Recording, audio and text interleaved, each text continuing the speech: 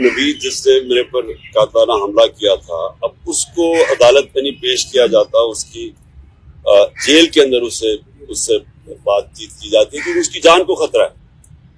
تو جس کی جان کے اوپر اٹیمپٹ ہو چکا ہے اور خطرہ ہے، اس کو کیوں وہ یہ گھسیٹ رہے ہیں. اور ان کیسز میں یعنی جو مزاحیہ خیز کیسز ہیں، ایسے کیسز ہیں جن کے اوپر کبھی یعنی اگر دنیا مذاق اڑائے گی کہ ایک ٹیررزم کا کیس کر دیا وہاں الیکشن کمیشن کے باہر، جبکہ میں وہاں تھا ہی نہیں، میں گھر پہ بیٹھا ہوا تھا، وہ مظاہرہ ہو رہا ہے، میرے اوپر دہشت گردی کا کیس کر دیا. یا دوسرا وہ جو ایک اور اب سب کو پتا ہے کہ الیکشن کمیشن پوری طرح اب تو خیر ساری قوم کو پتا چل کے کتنی جانبدار ہے. یہ تو وہ بھی ساری ان سے لیتی ہے.